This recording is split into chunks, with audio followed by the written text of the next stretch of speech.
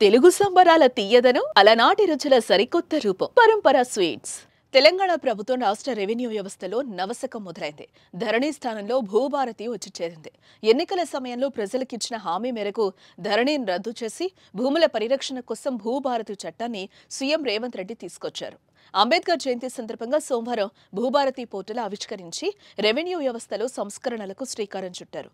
మరి భూభారతి చట్టం ప్రకారం పాస్బుక్ ఎలా పొందాలి, ఫీజు ఎంత అనే వివరాలను తెలుసుకుందాం.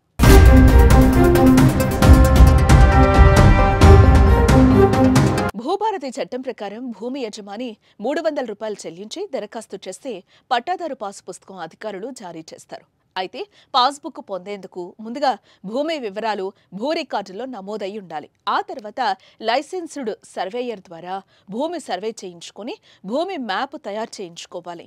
మండల సర్వేయర్ ఆ మ్యాప్ను ధృవీకరిస్తే అదే మ్యాప్ను పాస్బుక్లో నమోదు చేస్తారు. పాస్బుక్లో ఏవైనా తప్పులుంటే దానికి సంబంధించి దరఖాస్తు చేసుకుంటే ఎంఆర్ఓ పరిశీలించి సరిచేస్తారు. ఎంఆర్ఓ తీసుకున్న నిర్ణయంపై అభ్యంతరం ఉంటే ముందుగా ఆర్టీఓకు, ఆ తర్వాత జిల్లా కలెక్టర్ వద్దకు అప్పీల్ చేసుకునే అవకాశాన్ని ప్రభుత్వం కల్పించింది. ఏ వెసులుబాట్లు ఏవి ధరణి చట్టంలో లేవు.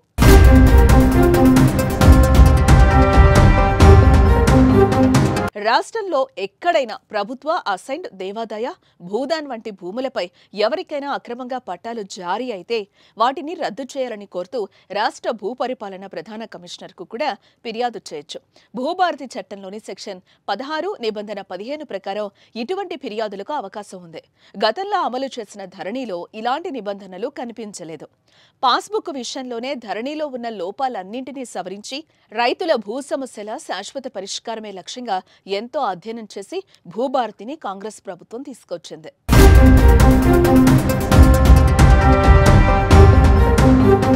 సర్వే విధానంలో కూడా మార్పులు చేశారు. 5,000 మందికి పైగా సర్వేయర్లకు లైసెన్సులు జారీ చేయనున్నారు.